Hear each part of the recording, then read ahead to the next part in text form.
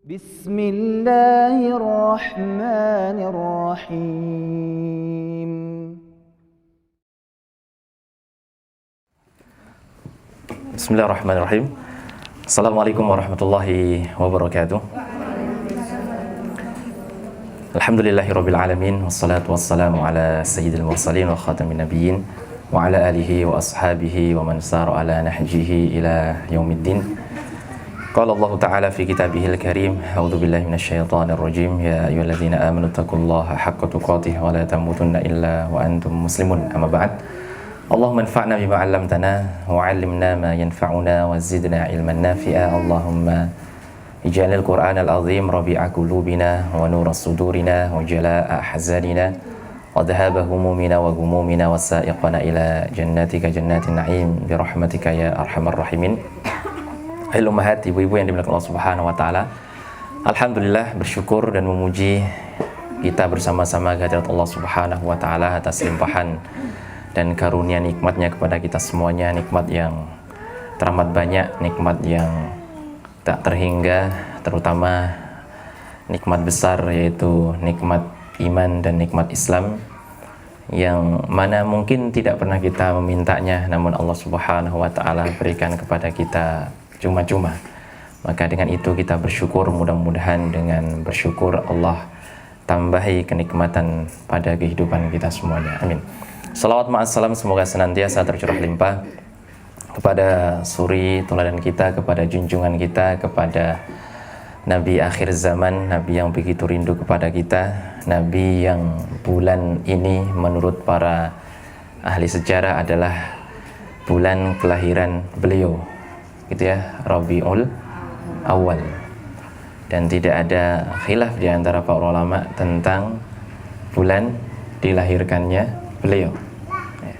Yang jadi khilaf adalah tanggal dilahirkannya beliau, apakah tanggal 10, apakah tanggal 12 yang masyhur, ataukah tanggal 8, gitu ya. Intinya di Rabiul Awal adalah bulan kelahiran beliau. Mudah-mudahan dengan hadirnya kita di bulan ini menjadikan kita kembali membuka sirah beliau, membuka perjalanan hidup beliau. Mudah-mudahan dengannya kita kembali terinspirasi, dengannya kita mendapatkan pelajaran untuk mengikuti jalan beliau. Amin ya rabbal alamin.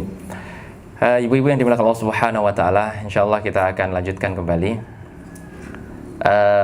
tafsir surah An-Nur ya, yang garis saya di sini menunjukkan kita sudah sampai ayat yang ke-14 selesai. Lurus nih, betul? Sampai 13? 14 kan? Baik, sedikit kalau kelupaan kita baca ayatnya. A'udzu billahi minasyaitonir rajim. Walaula fadlullahi 'alaikum wa rahmatuhu fid dunya wal akhirah. Walaula fadlullahi 'alaikum wa rahmatuhu fid dunya wal akhirati lamassakum fima afadtum fihi 'adzabun 'adzim. إذ تلقونه بألسنتكم وتقولون بأفواهكم ما ليس لكم به علم وتحسبونه هينا وهو عند الله عظيم. ولولا إذ سمعتموه قلتم ما يكون لنا أن نتكلم بهذا سبحانك هذا بهتان عظيم. 14 sampai 16. Seingat saya 16 sudah kita baca, Bu ya. Walaula fadlullah secara umum artinya, dan sekiranya kalau bukan karena fadilah Allah, keutamaan Allah, karunia Allah, alaikum kepada kalian, warahmatuhu dan rahmatnya. Ini berarti kaitannya dengan hadisul ifki. Ini kepada orang-orang mukmin yang sudah ikut serta menyebarkan ifki, kebohongan. Ya, kalau bukan karena rahmat Allah, kalau bukan karena fadilah dan rahmat Allah kepada kalian fid dunya, di dunia, wal akhirah, dan di akhirat nanti, lamassakum fima afattum fihi adzabun azim. Maka pasti gitu ya, lamassakum, laknya ini lam litaukid, ya, atau untuk menekankan, ya, meyakinkan bahwa pasti kalian gitu ya, fima afattum, terhadap apa yang telah kalian lakukan, sebarkan terkait dengan berita ifki itu, adzabun azim, bagi kalian ada azab yang pedih. Tapi karena Allah masih memberikan fadilah dan rahmat, kan begitu kemarin Bu ya, kepada orang-orang beriman, terutama 3 orang yang sudah disebutkan namanya, terkenal ikut serta menyebarkan al-ifki, kebohongan. Siapa namanya?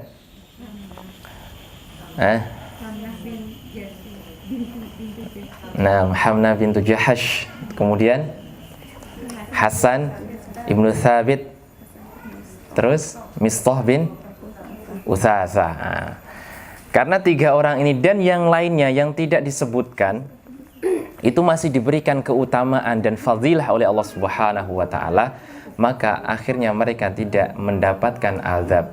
Intinya begitu di ayat yang ke-14, mengulang sedikit. Kemudian di ayat yang ke-15 ini ya, tentu di ayat 14 kemarin kita sudah pelajari pelajaran hikmah-hikmah yang terkandung di dalamnya Bu ya. Artinya tidak boleh sembarangan menyebarkan berita. Kemudian di ayat ke-15 ini juga ditekankan akan hal itu. Ketika Allah berfirman, ittalaqawnahu bi alsinatikum. It di sini ini dzaraf namanya ya. Dzaraf artinya menunjukkan waktu ya. Ketika talaqawnahu, talaqaw asli kalimatnya itu tatalaqqa. Tatalaqqa. Dia fi'il mudhari' ya. Kalau talaqqa itu aslinya fi'il madhi. Padahal di sini itu ingin mengungkapkan fi'il mudhari'. Terus apakah boleh kita baca ittatalaqawnahu? Tidak bisa ya, karena memang teksnya begini. Ittalaqqawnahu. Ketika kalian talaqqa, pernah dengar kata talaki? Ya, talaki itu apa Bu? Talaki itu mengajarkan, ya kan, sesuatu kemudian diterima dan dia ucapkan, itu namanya talaki. Betul ya? Dan itu cara pengajaran yang paling efektif sebenarnya. Bahkan itu adalah pelajaran atau cara pengajaran, metode pengajaran pertama dari Jibril kepada Nabi, itu talaki. Jadi talaki itu artinya menerima sebenarnya. Nah, saya mau talaki, berarti jenengan itu mau menerima bacaan dari guru, kemudian jenengan ikuti, itu namanya talaki. Ittalaqqawnahu, hunya kembali kepada ifki. Apa? Berita bohong. Ittalaqqawnahu, ketika kalian menerima al-ifki bi alsinatikum, dengan lisan-lisan. Alsinah jamak min lisan. Alsinah jamak dari lisan. Lisan itu sebenarnya adalah, mohon maaf, ini Bu, lidah. Nah, itu namanya lisan. Kenapa di sini digambarkan dengan lisan, tidak mulut? Ya. Karena orang berbicara itu menggunakan lisan. Betul ya? Kalau lisan itu tidak sempurna, bicaranya juga tidak sempurna. Jelas? Tidak jelas. Ittalaqqawnahu bi alsinatikum. Ingatlah ketika kalian menerima ifki itu dengan lisan kalian. Ya. Jadi ifki datang, berita bohong itu datang, kemudian lisan-lisan ikut ya menyebarkannya. Watakuluna bi afwahikum, dan kalian mengucapkan dengan afwah. Kalau afwah jamak dari fah. Kalau fa itu artinya mulut. diperjelas lagi oleh Allah, ya kan? Kalau diterjemahkan apa Bu artinya? Dari awal apa? Ketika kalian menerima dari mulut ke mulut, MLM, mulut lewat mulut. Nah itu ya. Ya. Dahulu sudah ada model begini ya, MLM.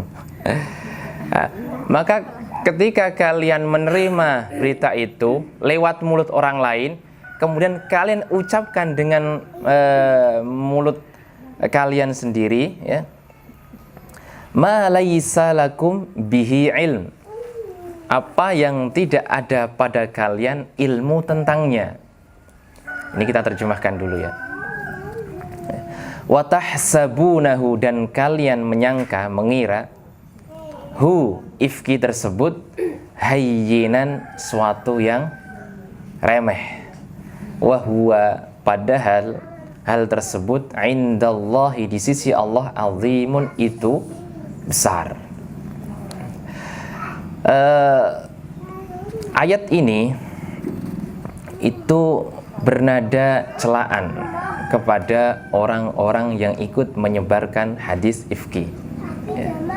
Ini Allah mencela mereka, ya. Sama dengan ayat sebelumnya. Jadi nanti ini sampai di ayat berapa Bu ya?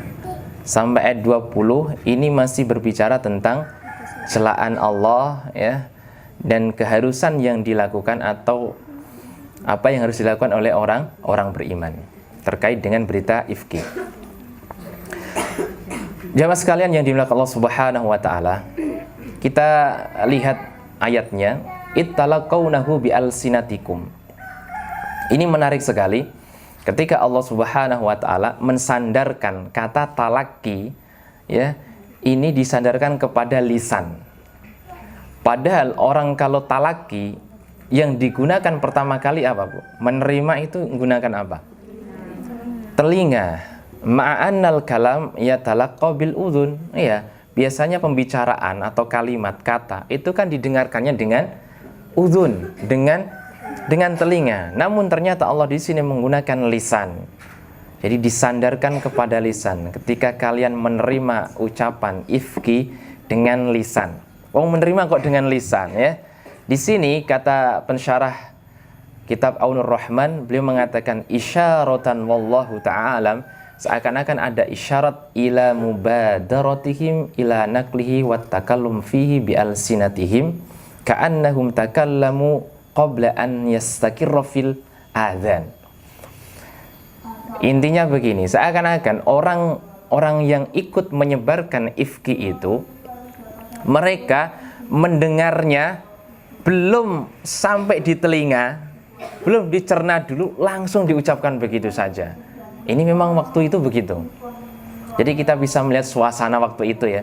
Benar-benar orang beriman pun tidak mencerna dulu berita itu.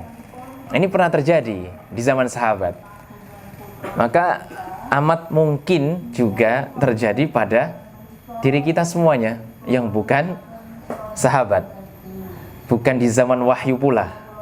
Hati-hati ya kalau ada berita. Nah, ini memberikan pelajaran kepada kalau ada berita itu dicerna dulu. Tidak langsung kemudian diucapkan. Ayat ini menarik ya, menggunakan talaqqawnahu bi'alsinah. Padahal harusnya talaqi bil udhun. Wa taquluna bi afwahikum, dan kalian mengucapkan bi afwahikum ma laisa lakum bihi ilm. Kalian mengucapkan ifki itu dengan mulut-mulut kalian tanpa kalian ilmui.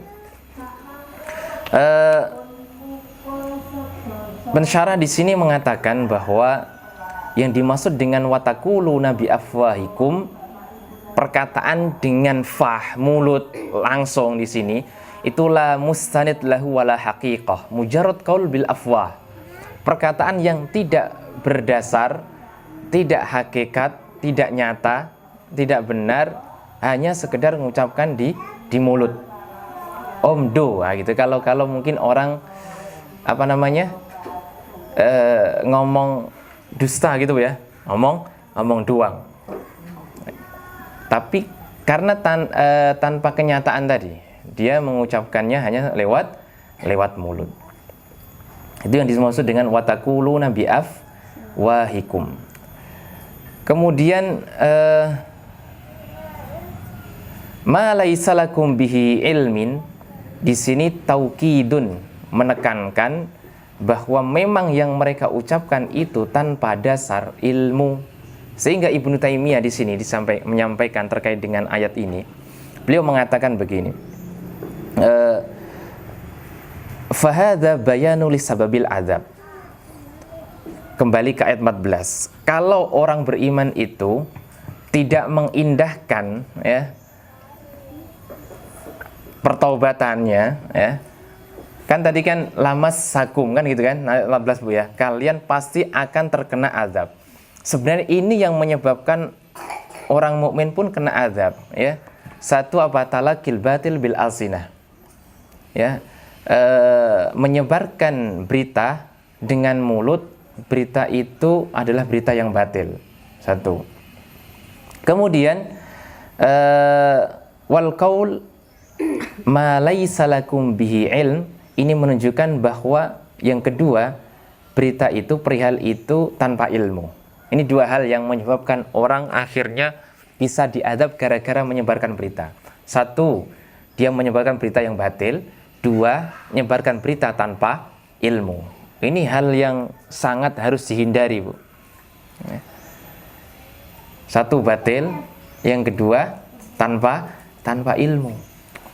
Berarti satu, kalau jenengan menerima berita, dilihat ini batil tidak. Kalau memang batil, jangan. Yang kedua, diilmui dulu. Benar enggak kebenaran berita tersebut? Dia karena pensyarah sampai mengatakan, membawakan sebuah hadis yang diriwayatkan oleh Hudzaifah ibnul Yaman. Beliau mengatakan, qala Rasulullah sallallahu alaihi wasallam, la takunu imma'ah. Jangan kalian itu menjadi orang-orang yang imma'ah. Apa itu imma'ah? Imma'ah itu orang yang tidak punya pendirian. Imma'ah itu orang yang suka ikut-ikutan. Dan di zaman ini seperti itu, Ibu ya. Kita suka ngikuti yang viral. Maka nyuwun sewu, jenengan harusnya kalau menyekolahkan anaknya di Al-Fatih itu bukan hanya karena viral. Oh, tetangga saya banyak yang sekolah di situ ya. Oh, apa namanya, banyak followernya Ustaz Budi ya. Nggak hanya sekedar itu ya. Tapi dilihat memang kurikulumnya seperti apa gitu loh ya. Imma itu nggak bagus. Nabi mengatakan, la takunu imma, jangan suka jadi pengekor ya, imma. Takuluna in ahsanan nasi ahsanna. Kalau orang lain berbuat baik, saya berbuat baik. Wa in zalamu zalamna. Kalau mereka zalim, saya ikut zalim. Ya karena ikut-ikutan. Ya. Kadang ikut-ikutan itu kan nggak tahu ya, ternyata itu sebuah kezaliman. Ya akhirnya ikut. Walakin wattinu anfusakum. Tetapi ya, mantapkanlah jiwa kalian. Tetapkanlah jiwa kalian. In ahsanan nasi an tuhsinu. Kalau manusia berbuat baik, kalian berbuat baik. Wa in asa'u, tapi kalau mereka berbuat buruk, fala tadlimu, maka jangan kalian berbuat zalim. Nah, di imma'ah itu orang berbuat baik, ikut berbuat baik. Hati-hati. Ikut berbuat baik saja itu bisa dianggap imma'ah. Kalau nanti yang berbuat baik itu tiba-tiba berbuat buruk, ikut-ikutan gitu loh. Kalau nggak imma'ah itu orang lain berbuat baik, ikut berbuat baik. Tapi ketika dia temannya berbuat buruk, dia tidak ikut-ikutan berbuat keburukan. Itu bukan imma'ah. Makanya Utsman ibnu Affan juga menasihati, idza ahsanan nasi fa ahsin ma'ahum. Kalau orang berbuat baik, ikutlah berbuat baik bersama mereka. Wa idza asa'u fajtanib isa'atahum. Kalau orang berbuat buruk, maka hindarilah keburukan mereka. Itu tafsir singkat dari kata idtalaqawnahu bi alsinatikum wa taquluna bi afwahikum ma laysa lakum bihi ilm. Ada pelajaran tadi Bu ya. Jadi satu, jangan berkata yang batil. Yang kedua, jangan berkata kecuali ada dasar ilmu. Kemudian watahsabunahu, dan kalian menganggap ifki itu, ay watadhunnunahan anna hadzal ifki alladhi iftaraitumuhu fi haqqi ummul mukminin Aisyah. Dan kalian menyangka perbuatan ifki, ya, tuduhan dusta terhadap ummul mukminin Aisyah, hayyinan sahlan yasiran, perkara yang remeh. Ini juga kesalahan berikutnya. Kenapa mereka ikut menyebarkan ifki itu? Karena mereka menganggap dusta terhadap ummul mukminin itu perkara yang remeh. Padahal yang digunjing, ya gitu kan? Yang digunjing ini itu ummul mukminin, bundanya orang-orang mukmin, istrinya Nabi Muhammad sallallahu alaihi wasallam. Makanya nanti di akhir ayatnya Allah mengatakan wa huwa indallahi azim. Itu di sisi Allah besar. Kenapa? Karena tuduhan tersebut terkait dengan ummul mukminin, ya. Ibnu Katsir pun mengatakan begitu. Kenapa disebut dzanbun azim atau wajurmun kabir? Li'annahu qadfu li zaujati afdhalir rasul. Karena tuduhan itu kepada istri Nabi terbaik, gitu ya. Kita yakin itu Bu ya. Nabi dari nabi-nabi yang diutus oleh Allah Subhanahu wa taala ada nabi-nabi pilihan. Kemudian biasa kita kenal dengan 25 nabi. Kemudian dari 25 nabi itu ada nabi ulul azmi. Berapa jumlah ulul azmi? 5. Dulu kalau kami di madrasah diniyah, 5 ini disikat dengan mimin, Ibu. Mimin, M yang satu, pertama apa? Musa, Ibrahim. M yang kedua Muhammad, I berikutnya Isa, N Nuh. Nah, itu Nabi Ulul Azmi. Di antara Nabi Ulul Azmi itu ada Nabi yang terbaik. Siapa? Nabi kita Muhammad sallallahu alaihi wasallam. Artinya istri beliau pun adalah istri yang terbaik, kan begitu. Karena Allah pilihkan untuk mendampingi manusia terbaik. Kalau istri-istri Nabi yang lain saja, itu tidak ada yang berbuat buruk terhadap suaminya, ya. Misal dengan loh, istrinya Nabi Lut, ya, istrinya Nabi Nuh, mereka itu tidak pernah mengkhianati suaminya, ya. Istri Nabi Lut, ya, maksudnya apa? Tidak pernah bahasanya Bu, serong, nah itulah ya, nggak pernah. Cuma mereka tidak menyembah Allah Subhanahu wa taala. Tapi kalau mengkhianati suaminya tidak pernah. Apalagi istri Nabi Muhammad sallallahu alaihi wasallam, ya. Lebih-lebih beliau sudah menjadi istri qadbul muhsanat, menuduh wanita muhsanat yang sudah beristri itu dosanya besar. Bahkan termasuk salah satu dari dosa besar. Nabi SAW mengatakan ijtanibu as-sab'a al-mubiqati, jauhilah 7 dosa besar, ya. Wa dzakara minhunna, dan Nabi menyebutkan di antara 7 itu qadful muhsanatil ghafilatil mu'minati, yaitu menuduh wanita, ya, yang sudah bersuami. Kalau menuduh wanita belum bersuami itu tidak termasuk hadis tadi ijtanibu as-sab'al mubiqat. Tapi kalau menuduh wanita bersuami selingkuh itu dosa besar. Apalagi yang dituduh siapa? Istri Nabi Muhammad sallallahu alaihi wasallam. Maka disebut dengan wa huwa indallahi azim. Oke, kalian menganggap hal itu remeh. hanya ikut-ikutan menyebarkan berita. Tapi secara tidak langsung kalian itu menuduh wanita mulia, pendamping Nabi Muhammad sallallahu alaihi wasallam, Ummul Mukminin Aisyah radhiyallahu taala anha. Ibnu Katsir menambahi di sini, walau lam takun zaujatun nabi lamma kana haynian, walaupun yang dituduh itu bukan istri Nabi, ya, fakaifa hiya zaujatun nabi al-ummi. Kalau yang dituduh itu bukan istri Nabi, itu adalah sesuatu yang dilarang menurut hadis tadi, ijtanibus sab'al mubiqati, maka bagaimana dengan yang dituduh itu adalah istri Nabi Muhammad sallallahu alaihi wasallam? Ya, mirip apa yang disampaikan oleh Syekh pensarah kitab Aunur Rahman fi Tafsiril Quran. Jadi yang saya pakai ini kitab Aunur Rahman fi Tafsiri Al-Quran. Yang mengarang adalah Dr. Sulaiman bin Ibrahim bin Abdullah Al-Lahib. Tidak tahu apakah sudah ada terjemahnya atau belum, tapi menarik. Ini ada termasuk kitab tafsir yang berjilid-jilid, Bu, ya. Ada berapa ya? Sekitar 30 kalau nggak salah, ya, 30 jilid. Itu panjang sekali. Nah, kalau kita pakai kitab ini ya panjang gini, Bu, ya. Apa nanti kita ganti kitab ya supaya cepat ya, Tafsir Jalalain gitu ya.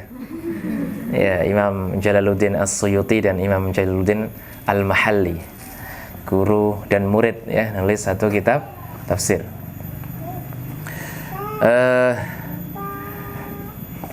Itu terkait dengan hadis ifki. Kemudian ada beliau membawakan hadis lagi untuk menguatkan kita agar hati-hati terhadap lisan kita, seperti perkataan Nabi Shallallahu Alaihi Wasallam kepada Mu'ad bin Jabal. Mu'ad bin Jabal pernah dinasihati panjang lebar oleh Nabi, hadisnya panjang ya, terkait juga dengan masalah bahwa setiap manusia itu sudah ditentukan di mana tempatnya, apakah surga atau neraka. Panjang. Kemudian Nabi SAW menasihati kepada Mu'ad bin Jabal. Waktu Mu'ad bertanya, ya Rasulullah, apa yang kau nasihatkan akhirnya kepadaku? Beliau mengatakan, kuffa alaika hadha, sambil beliau megang lisannya. Pegang ini, hati-hati dengan ini, lidah. Fakultu ya Nabi Allah, wa inna lamu'akhiduna bima natakallamu bih. Ya Rasul, apakah kita akan dihukum atas apa yang kita ucapkan? Kata Mu'ad. Yang difahami Mu'ad, kalau yang saya perbuat mungkin dihukum, ya kan? Mungkin diazab, diadili.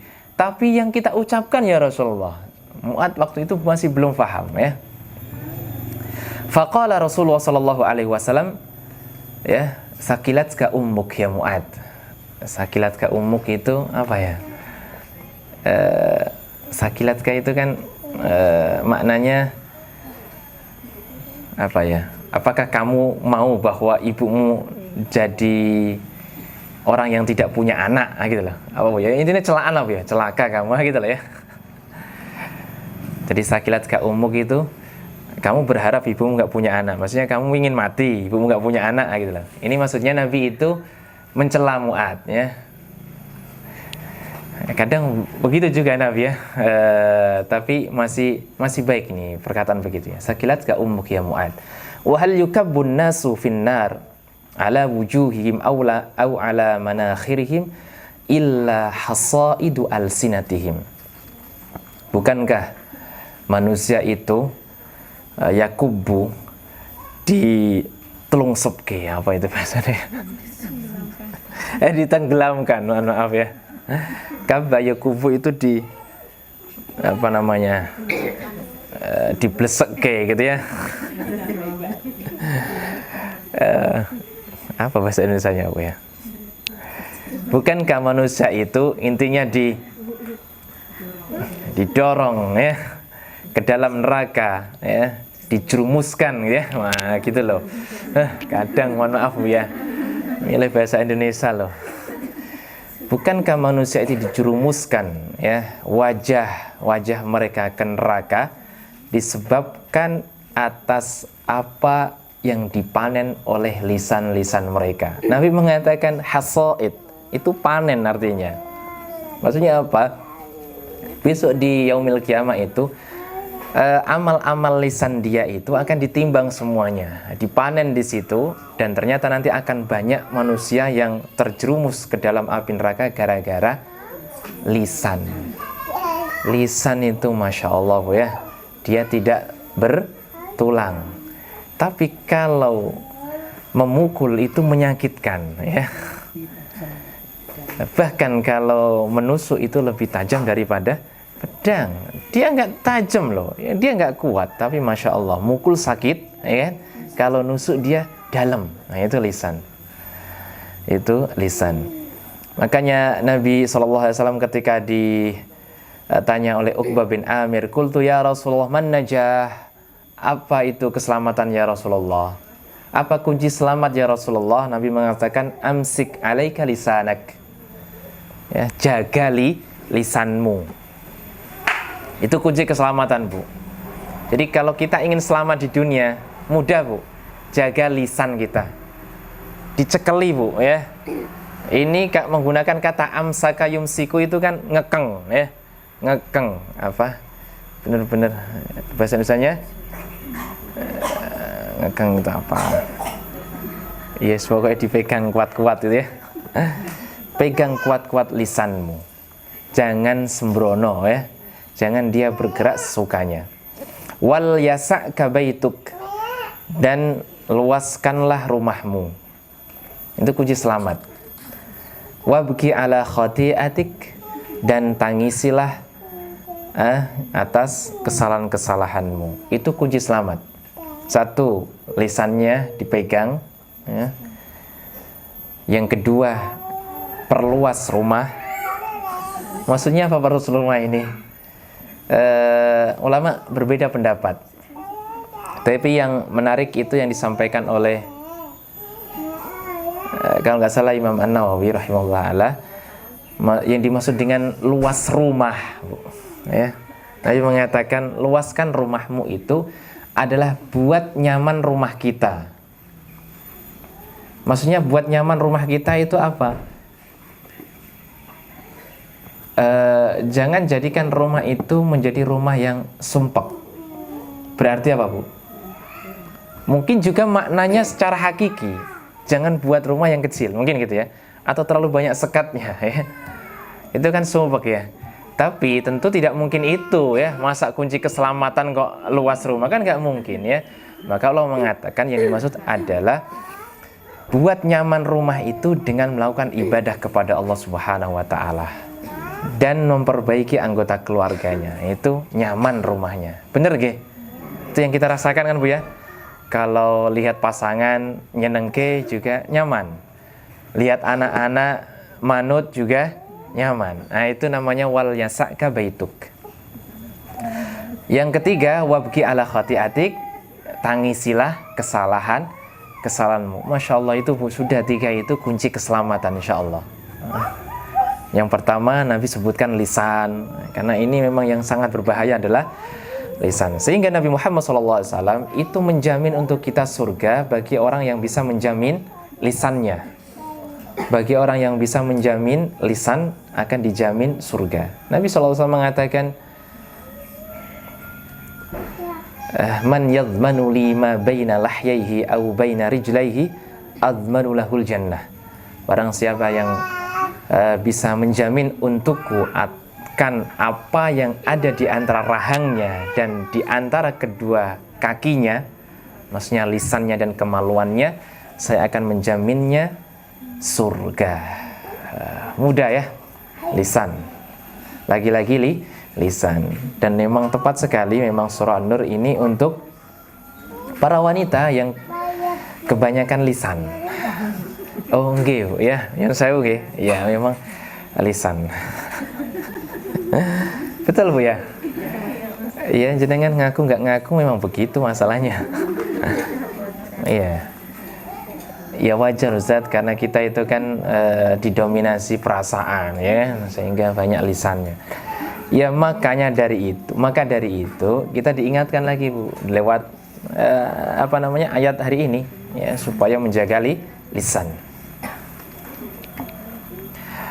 Kemudian ayat yang ke-16, walaula id sami'tumuh qultum ma yakunu lana an natakallama bihadza subhanaka hadza buhtanun azim. Walaula id sami'tuhu, ini juga litaubih wa tandim, celaan juga berikutnya. Kenapa? Ketika kalian mendengar ifki tersebut ya, kultum, kalian tidak mengatakan ma yakunu lana an natakallama bihadza, tidak pantas bagi kami untuk mengucapkan hadza bihadza ifki. Kenapa kalian tidak seperti itu waktu mendengar ifki? Harusnya kalau ifki itu datang kalian mengatakan lah, nggak pantas kita mengucapkan hal ini. Bahkan ditambah harusnya subhanak, maha suci engkau ya Allah, hadza buhtanun azim, ini buhtan yang sangat besar. Tadi di ayat sebelumnya Allah sebelum-sebelumnya berbicara tentang ifki, di ayat ini berbicara tentang buhtan. Apa perbedaan ifki dan buhtan? Sebenarnya sama-sama menggunjing Ibu ya. Gunjing itu berarti ada 3 nanti. Ada ghibah, ada ifki, ada buhtan. Ibu ya. Apa perbedaannya? Kalau ghibah itu apa Bu?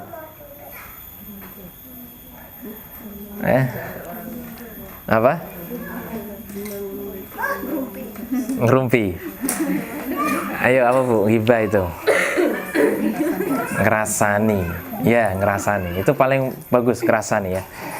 Ghibah itu seperti yang disampaikan oleh Nabi Shallallahu Alaihi Wasallam. Saya bacakan hadisnya. Ya. Beliau mengatakan al-ghibatu dzikruka akhaka bima yakrah.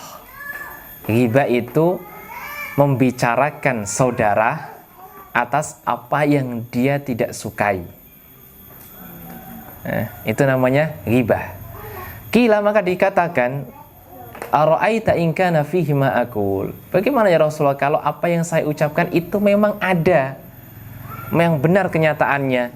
Jadi jenengan ngomong nih saudaranya, ya kan? Kailo, ya kan? Ngene. Loh, aja ghibah. Loh, memang bener kok. Lah itu memang ghibah gitu, ya. Gitu lah, Bu, ya. Lah memang bener kok. Ya itu ghibah, maksudnya gitu lah ya. Sudah jelas, Bu? Jadi nggak ada alasan lagi, ya. Kan itu alasan kita kan. Loh memang bener loh, Mbak, gitu kan.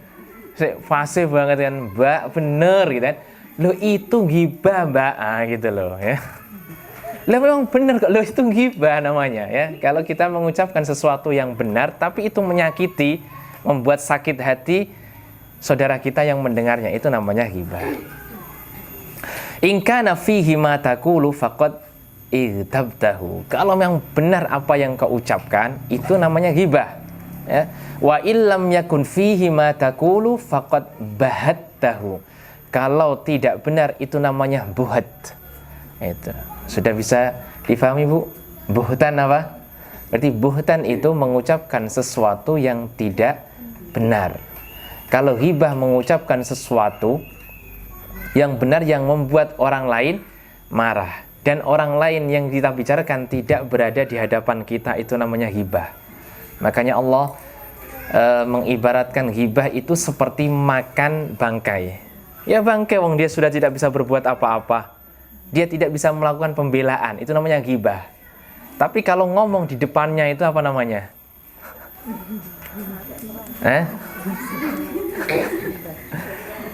Bukan ghibah itu kan, nah, berarti apa?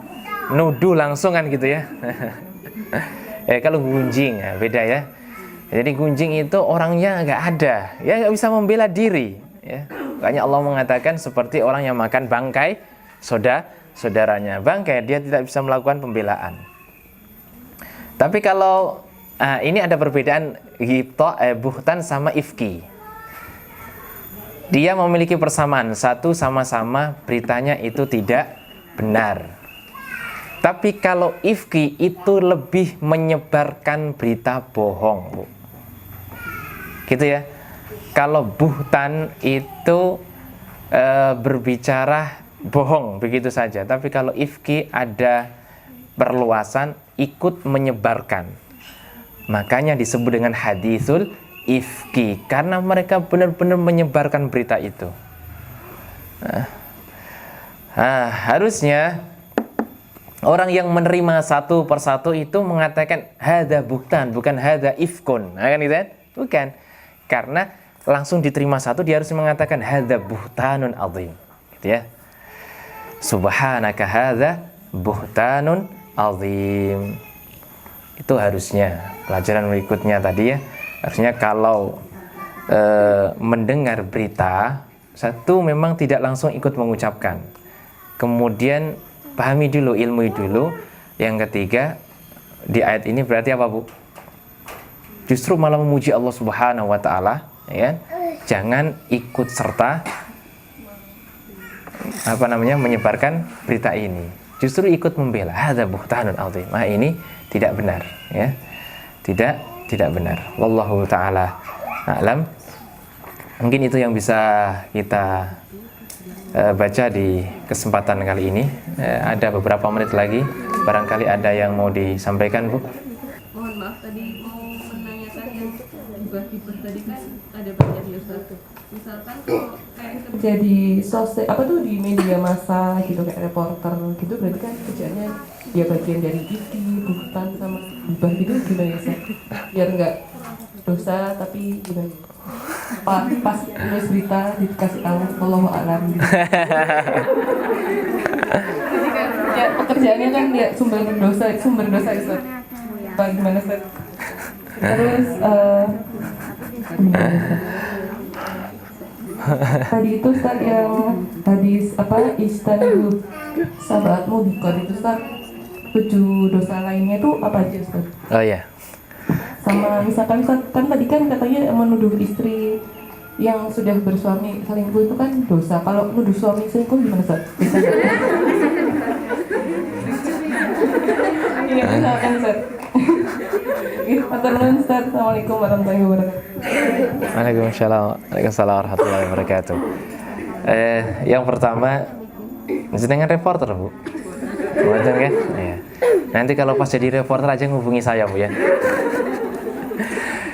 Intinya, Bu, pekerjaan kalau reporter itu kan menyampaikan berita kan. Ya, memang salah satu yang diinginkan dari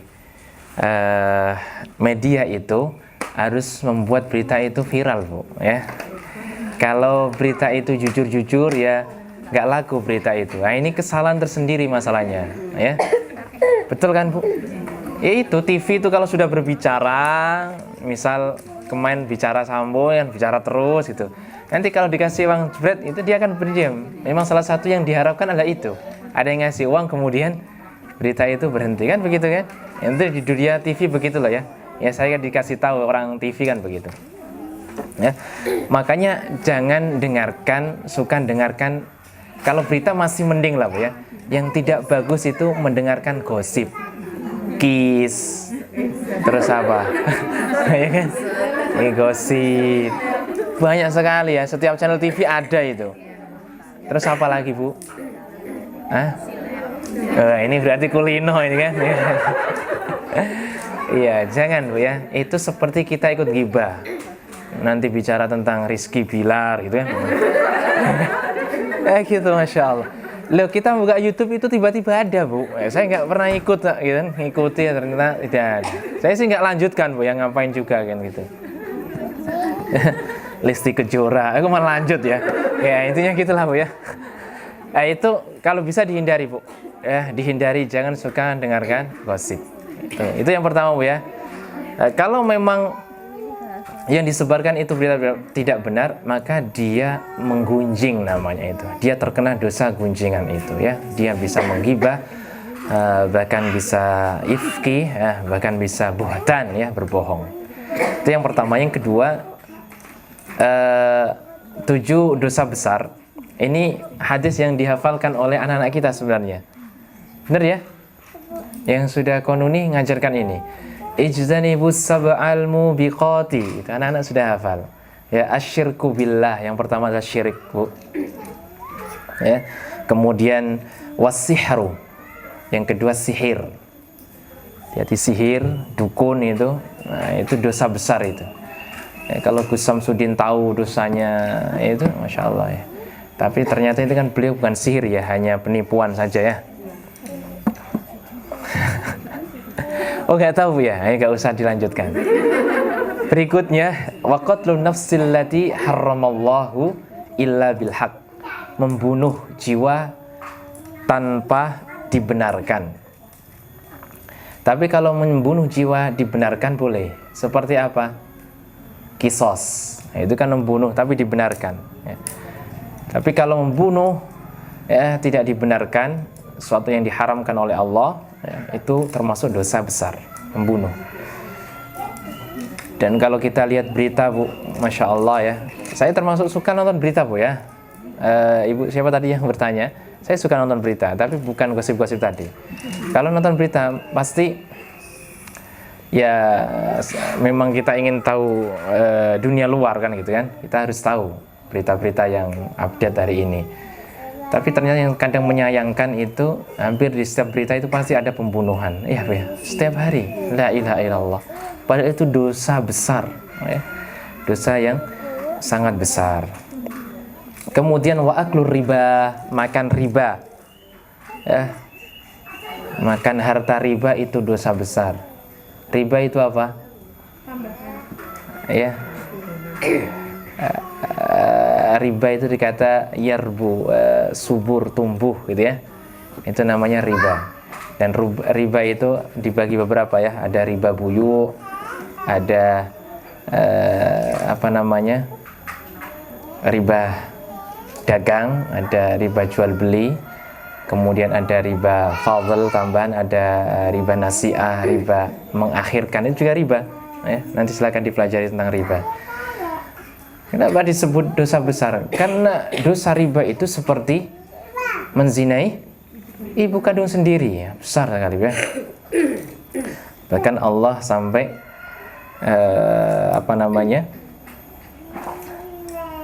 mengajak berperang orang yang berbuat riba. Yang keberapa tadi, Bu ya? Asyirku billah was-sihr, kemudian wa qatlun nafsil lati harramallahu illa bil haqq, wa aklur riba, wa aklu malal yatim. Yang kelima, memakan harta anak yatim. Nah, hati-hati yang hidup di orang yatim. Siapa, Bu? Ada yang hidupnya di tempat yatim ya, musyrif yatim. Saya dulu pernah jadi musyrif anak-anak yatim panti asuhan. Hati-hati dengan harta anak yatim. Kemudian wattawalli yaumaz zahf, melarikan diri di medan perang. Itu dosa besar. Melarikan diri di medan perang. Kalau sudah imam mengumumkan kita berjihad di jalan Allah, kemudian sampai di medan perang dia tawalli, ya, dia melarikan diri, itu mendapatkan dosa besar. Yang ketujuh, qadful muhsanatil ghafilatil mu'minat, menuduh wanita beristri, wanita mukmin berbuat zina. Itu dosa, 7 dosa besar, Bu. Selain itu ada ya. Nanti silakan dipelajari lagi. Terus yang ketiga tadi apa, Bu?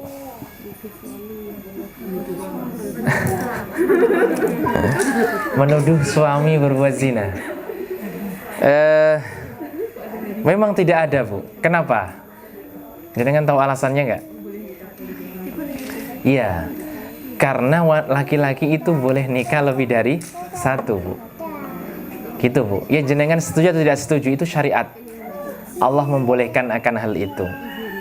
Makanya tidak boleh menuduh. Barangkali itu memang sudah dinikahi oleh suaminya, tapi kalau istri nggak boleh, ya kan? Barangkali sudah dinikahi istrinya, nggak boleh, haram, ya kan? Tapi kalau suami jenengan boleh. Maksud suami kita boleh, ya kan? Suami jenengan ya boleh, Bu. Gitu ya. Jadi kalau menuduh suami tidak boleh, Bu. Dasarnya itu. Berbeda kalau memang kita tahu bahwa itu belum dinikahi. Tapi kan kita tidak tahu. Karena nikah itu kan cukup qabiltu nikahaha wa tazwijaha bil madhkur, ya. Halan kan gitu ya. Sah. Gitu Bu ya. Jelas Bu ya. Kalau menurut suami nggak bisa. Jangan terpengaruh dengan layang-layang kemarin Bu ya. Yang sudah tidak tahu di mana dia jegloknya kan. Gitu. Ya, putus kan nggak tahu ya. Jangan terpengaruh nanti, hati-hati. Wanita muslimah jangan terpengaruh dengan hal-hal begitu ya. Jangan imma'ah, naam, ikut-ikutan. Baik, ada lagi Bu pertanyaan? Warahmatullahi wabarakatuh. Waalaikumsalam. Saya mau tanya, gimana sikap kita jika kita diajak ngerasani gitu? Maksudnya mau menolak gimana? Kalau nggak menolak, oh iya ya sebenarnya iya. Tapi kalau lebih banyak kan kalau udah tahu ilmunya gini, ya kita sebaiknya menolak. Nah itu biar nggak menyindir atau menyinggung yang ngajak ngerasain itu. Bagaimana caranya? Assalamualaikum warahmatullahi wabarakatuh. Iya, ini mohon maaf ya. Ini sebenarnya salah satu talbisul iblis, ya, jebakan iblis. Jebakan iblis. Aduh, nanti kalau nggak ikut gunjing gitu kan? Kan kita sehati ya. Kalau teman saya gunjing ya ikut gunjing. Itu namanya tadi imma'ah. Ya, mungkin caranya ya di jenengan memindahkan perkataan, gitu kan? Memindahkan berita.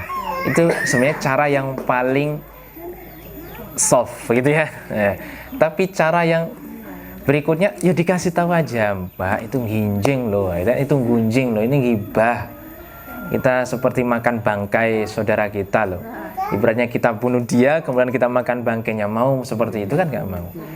Ya, tapi kalau mungkin jenengan nggak tega juga ngomong begitu, ya langsung membanting berita itu kan, ya, banting setir berita ke yang lain, nah gitu loh, gitu Bu ya. Misal lagi ngomong tentang kutab, gitu kan Bu ya, ngomong PJ Syar'inya misal gitu kan, gitu, iya ya, langsung selewengkan Bu ya, menuju berita PJ cabangnya, gitu ya. Enggak juga kan, jangan itu ya.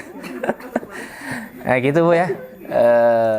Atau ya banyak cara lah Bu ya, silakan mungkin bisa menghindari langsung. Yuk makan aja gitu kan enak ya. Atau beli apa gitu. Beli lotes atau beli apa gitu. Saya mengiklankan lotes ya. Ini nanti dapat ya.